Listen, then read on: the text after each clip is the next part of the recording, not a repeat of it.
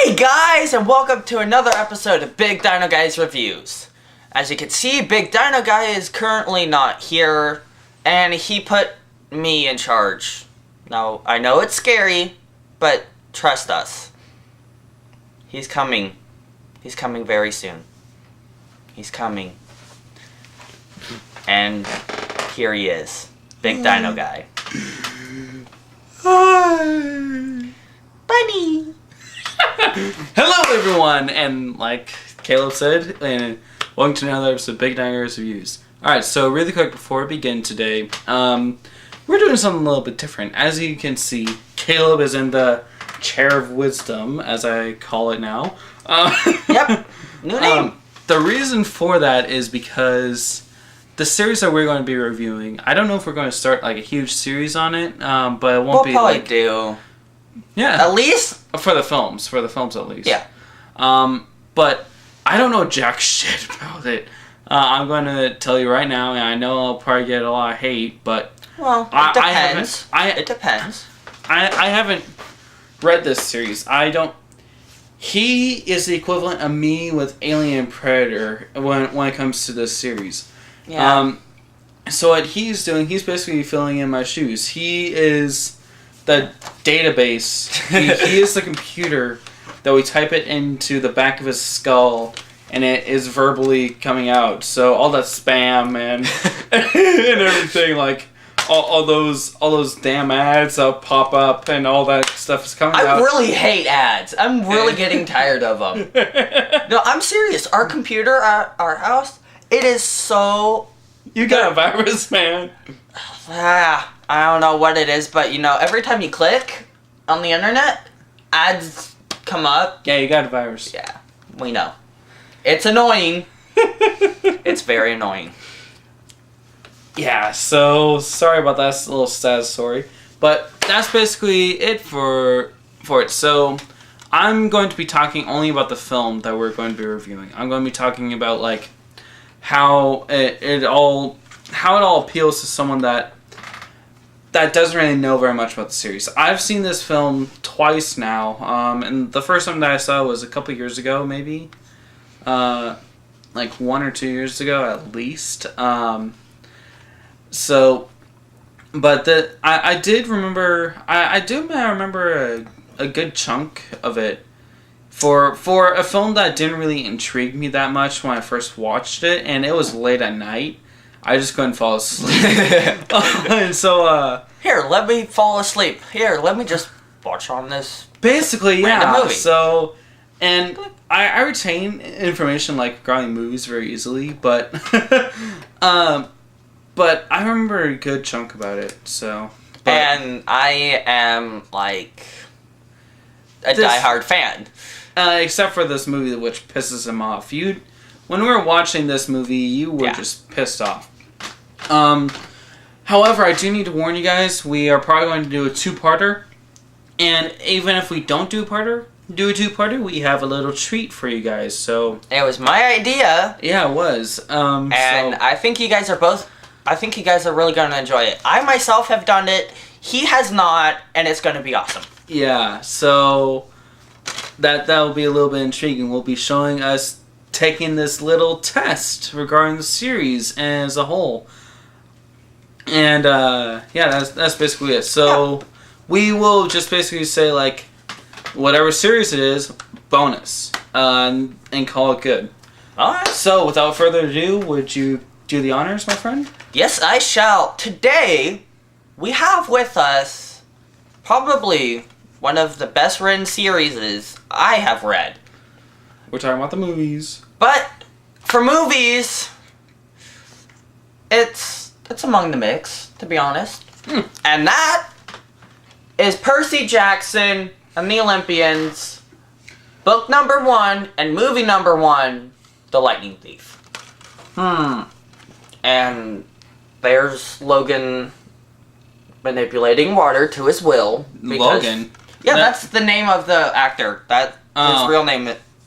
I don't that's the actor's name. To it that much. He's actually Percy. Oh, look! There's Medusa! Turn your stone, damn you. Medusa! Alright, so, Really quick, like I mentioned, he's obsessed with this series. I wouldn't say obsessed. I would say very... Fangirl. You're like a fangirl to a point. At a low level. You're a low level fangirl. Yeah. You're like someone that knows about this series, but is not going to be going out to like a Justin Bieber concert every single night. Maybe once in a while you are, and then you're going to have a blast. But yeah, you're that kind of a fangirl. Yep. Yep. He plays a part. But that's what Facebook's for. You know, there are actually a lot of Facebook pages about like Camp Half-Blood, Camp Jupiter, different sorts of stuff based off of Rick Riordan, the author of the series, and Greek mythology. So obviously it's been around for a while. Yes, it has. Do you know what year it was that they first published the book? Or it should say The Lightning Thief. The Lightning Thief came out 10 years ago. Or can I take a look at it? This is apparently revamped because it has now a major motion picture.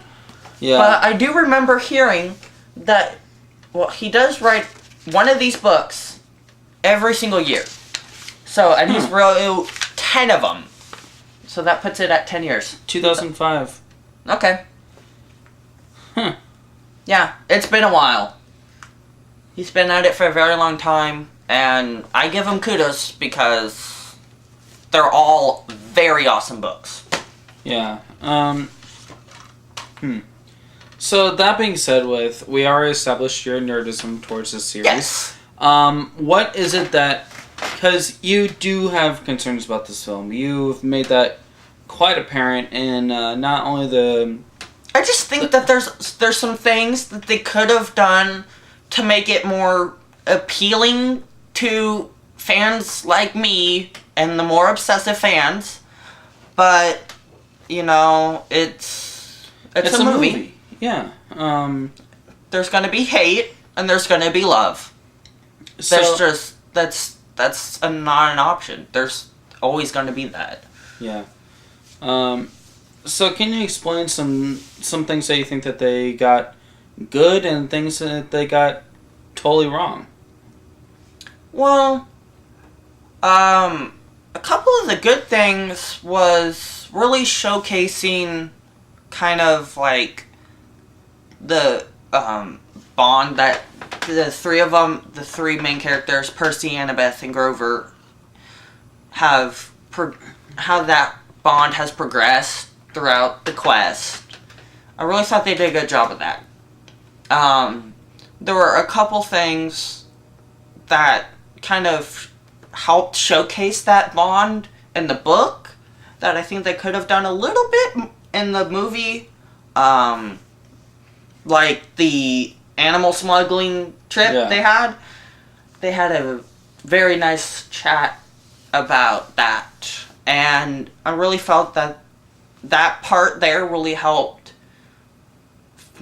showcase kind of the bond that was forming, especially between Annabeth and Percy. Yeah. Because their parents hate each other. Yeah. It's known throughout Greek mythology that Poseidon and Athena do not like each other that well. Yeah. It was a good moment. So I really enjoyed that. So really quick, because like you said, like we both said, that it is a movie. A quick little thing that relates to it. So I mentioned tons of times I'm a big Alien and Predator fan. In the original Alien film, I recently rewatched all of them, and I was looking at, because no one had ever done anything like that before. So any books that came out were based off of the movie. It does a very similar thing to what Star Wars does in that same fact. The only things that were around were just a concept, and the H.R. Geiger, or Giger, depending on however you pronounce his name, who unfortunately passed away this last year. That's a shame. Yeah, I've seen his artwork, and while it is considered to be weird, that is his style. And some of his artworks I think is just amazing, but in other words, I don't know. I don't want to go into that stuff, but that's Save just that for me. another time. Yeah. But the concept of the alien. So I was looking at all the other, all the other extras on the original Alien film, and I stumbled across the deleted scene stuff. And like I said, this is the basic raw thing for the series, and it was a brand new concept in any sci-fi film. No one had even imagined the magnitude that this series would have had. It was just a concept of a horror film in space. Because it was like the whole new thing. I mean, E.T. had come out, I think, like a year or two beforehand or something like that. E.T. phone home. E.T. Go Home. Yes, Monsters vs. Aliens reference. But there was a deleted scene that, and I'm not going to spoil anything, so if you guys do ever get a chance to look at the film, please, please, please remember to look at the extras of that, because it really is amazing. But if they had kept this part in, they could have actually completely skipped over the second film. Interesting. Like, it opens up a whole new idea of the alien life cycle, which basically replaces the queen. It's been, basically that spot has been completely squashed out now with Alien 2, or Aliens, and all the other books that have come out. But if that scene had stayed in, then the whole series would be completely different. They just decided to scrap it for time. But something that I found out with a bunch of other films that are based off of very popular books, like a lot of Harry Potter fans that I know. I've got tons of Harry Potter friends that complain about them because they take too many different aspects out from the books. But yeah, that's definitely one of the problems that I have found with this one. Yeah. It's like movies only focus on the plot of the book itself. Yeah. And not all kind of like the little subplots that kind of are what make a book, especially if it's a series. Yeah. That's what makes you want to read the next one. Yeah. Because it's not its own book, it's a book with many more pages to be told. Yeah, but like with every single film adaptation there is, whether it's book to film or whatnot, they always have to cut things out. With Chronicles of Narnia, I know that they cut out tons of different stuff. Lord of the Rings, I remember talking to my mom about it. She and I recently rewatched all 3 films. We were basically binge watching for a couple weeks, just watching all 3 films with dinner in a row, and she just keeps mentioning that, no, they did this and not that, and la la la. And Jurassic Park, one of my personal favorite movies, the first Jurassic Park particularly, which I've read the book. To be honest, I prefer the movie just because I saw that one first. Mm-hmm. But they changed a lot about the series and compare from book to film. And I've found that they do that in a lot of other films. I mean, they always have to have plot holes. Also, too, it's 2 different perspectives of the same thing. Yes, it is. Because you have what the author thinks and what he interprets the book and how he writes the book is different from how the script person interprets the book and how the director chooses to portray the script. Yep. Yeah, So it's almost like the best of both worlds? No, I wouldn't go that far. No, I'd say it's more like one or the other. You either you like one, and you hate and you don't really like the other, and that's pretty much about it. Really. Or you just nitpick. I gotta be honest. Yeah. Like I'm going back to the Jurassic Park example that I mentioned a moment ago. They changed a lot of things. Like, one of my favorite scenes in the books was when Alan Grant, and this was not at all in the movie. I swear, you can scour that. None of this happened in the movie. read the book. It's a long chapter, and it's one of the most... I'm going to be honest, one of the most suspenseful parts of an entire book I have read. And that is saying a hell of a lot. I've read The Monstrumologist, and I was on my toes. I mean, like, the back of my hairs are sticking up on end the entire way through at, like, the climax of the Monstrumologist books. And so that's saying a hell of a lot. But there's a scene where Dr. Alan Grant, who is the main paleontologist for those of you who haven't seen it, if you haven't seen it, you are dead to me. Watch it right now, or else you are still dead to me. Don't kill me. Anyways. Hey, really quick, if his mom were to watch this, tomorrow if he's broken, I apologize, but there's damn good reasons. He hasn't seen the movie. I'm changing that. But there is a suspenseful scene in the film which really would have not really boosted the character, but it would have just helped. It was a big detail thing. That Dr. Alan Grant, he had to go into the nesting chamber of where the scientists had created the velociraptors. And he was being chased and basically in like this battle with a velociraptor, and it was just this long drawn out scene that was a huge detail in the book. They also had things like they were actually at the park for a few days before everything started going to hell. They were living in these cabins. I mean, and probably one of the biggest things that John Hammond, he is a complete and utter asshole in the book. There's no other way to describe him. A complete and utter asshole. When he... I mean, and this is this is going to sound so bad, but with me and other films and books, it's rare for me to really hate a character. But there are so few redeeming qualities in this character that I just don't like him at all. Because they change so much of him. Sometimes, though, he does kind of serve a bland comedic kind of way, but that's it. I mean, he's a complete asshole to his grandchildren.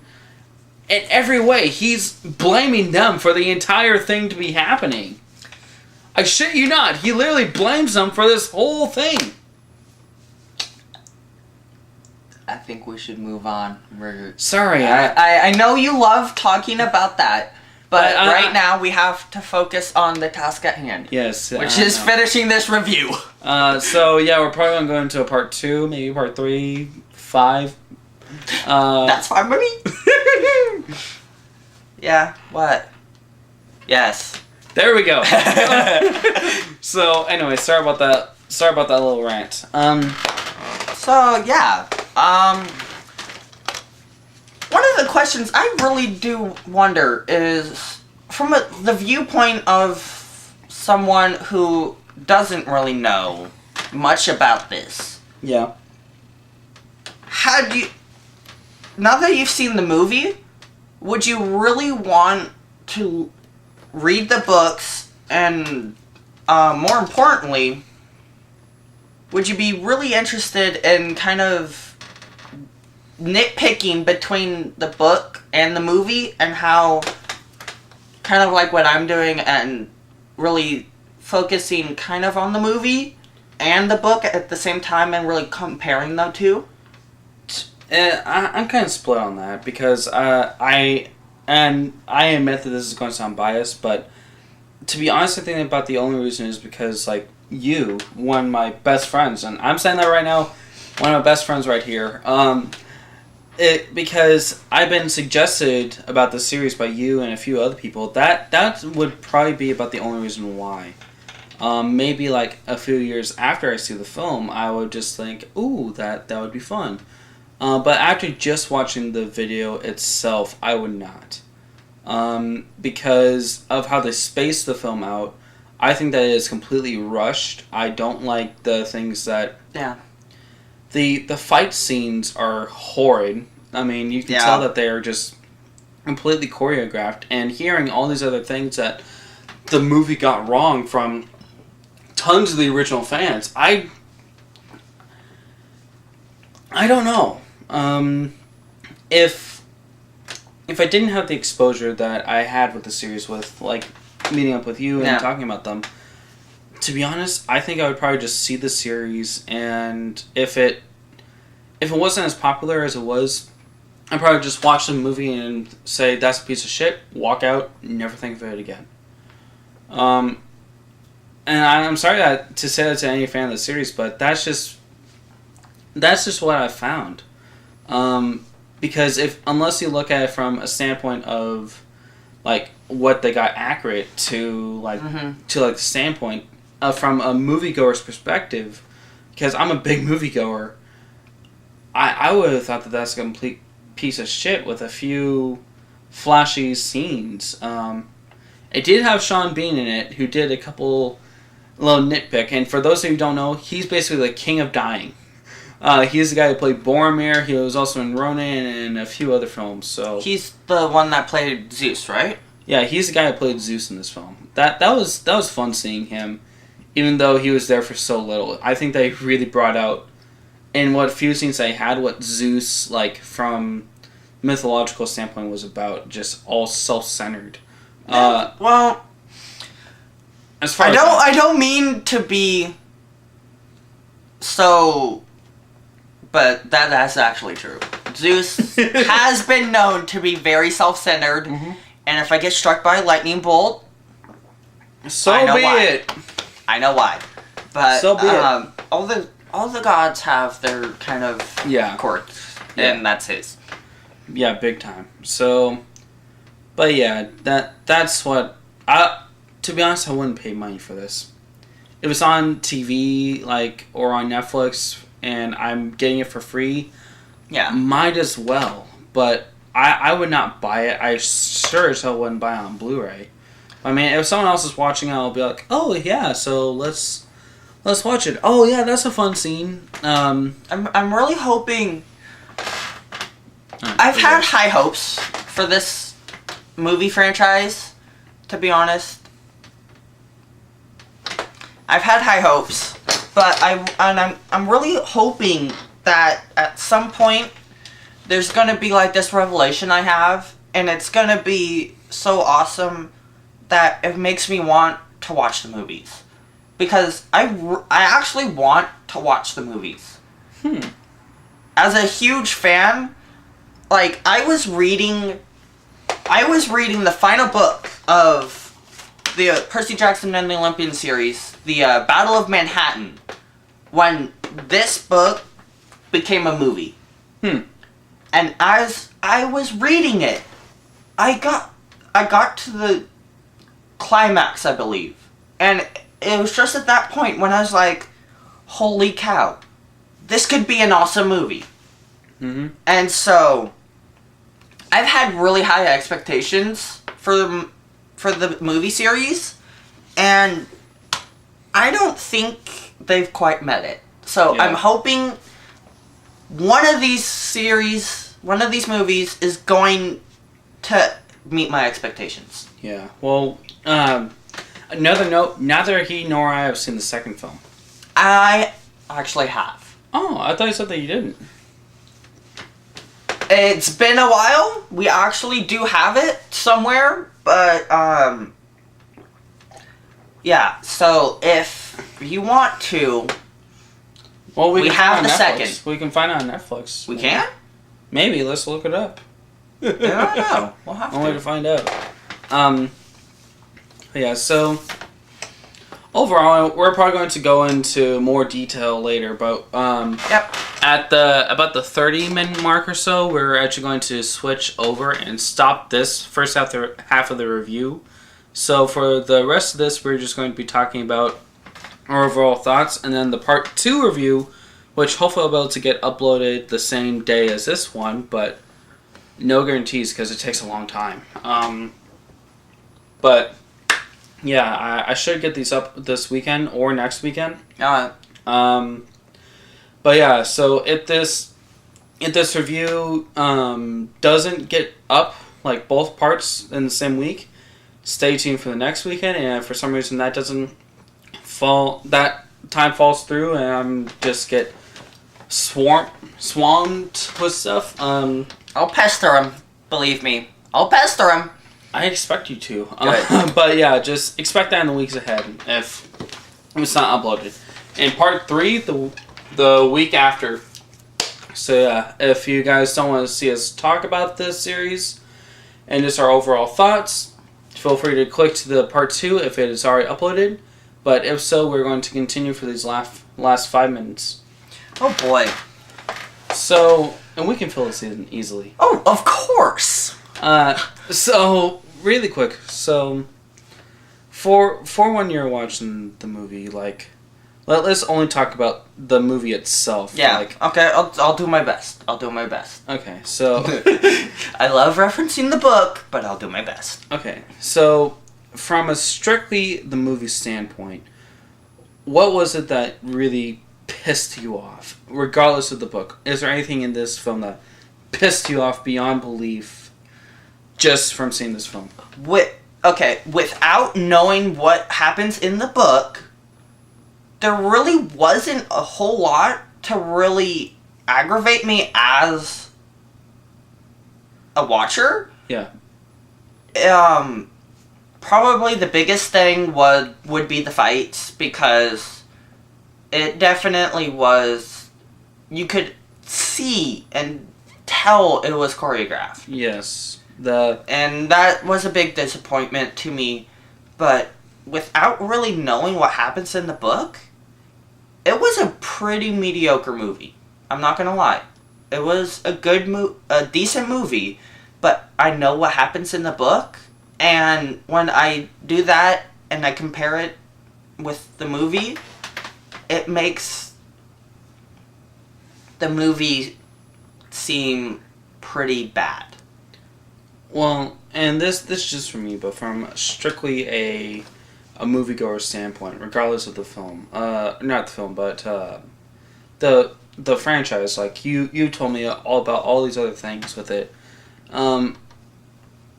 Like I said earlier, I would definitely watch it again if like I'm at a friend's house and like, hey, you want to watch this or something like that. Yeah. And like there's nothing on, or if I'm just scrolling through stuff on like Netflix or on the television, like, oh, might as well. I would watch it, but overall I would not, like I said earlier, I would not own it. Because like you said, the fights are choreographed beyond belief. And of course any single fight, like very few are there any improvised moments, but you can tell that it's completely choreographed. I mean, they're basically, like I said earlier, they're like Power Ranger blocking, just like trying to pose, oh yeah, and like just pausing for a moment all the time, waiting for the other person to go. If it was in a real battle, they would not be stopping, even if it was in the middle of practice, like it was at the end of the film. Well, if they were actually doing it, they would have actually been going at it. They would have been going full speed. But even when it was full speed, they were still just blocking like, ha, ha, ha. Yeah. About the only 2 fight scenes that I noticed were not really like that, or 3 actually, were the Medusa scene, the Hydra, and the Scimitar, I think it was, or the Centaur, the big bull that kidnapped the mom. I forget which one it was. Minotaur. But so in essence, it was when they were fighting monsters. Yeah. When they were fighting anyone else that had a human form, it was much more apparent. Well, keep in mind too, when they're training, Chiron has told them not to really. It's more kind of like playing nice. Yeah, but still, I mean, even if it's training like that, yeah. I don't know, but I'm talking about like any other time, regardless if it's training or whatnot. They, you can tell that they're just going through the motions. If you're going to be doing a film, you need to make it. You need the audience to believe that is real. Yeah. That's one thing that any good film needs to do right off Yeah. the bat. You need to make sure that those moviegoers go out of that theater saying, "Oh my God, I wish I was there." Yeah. With that, all I can think is just yelling "fake" and going like that to the film as soon as the credits start to roll. Yeah. And I'm sorry, but that's just the harsh reality for me as strictly a moviegoer and a reviewer. But I don't know. Alright, anyway, thank you all for staying tuned. Again, we'll be doing the part 2 of this review soon. Hopefully later today, and then hopefully we'll be able to upload the same day that this one is.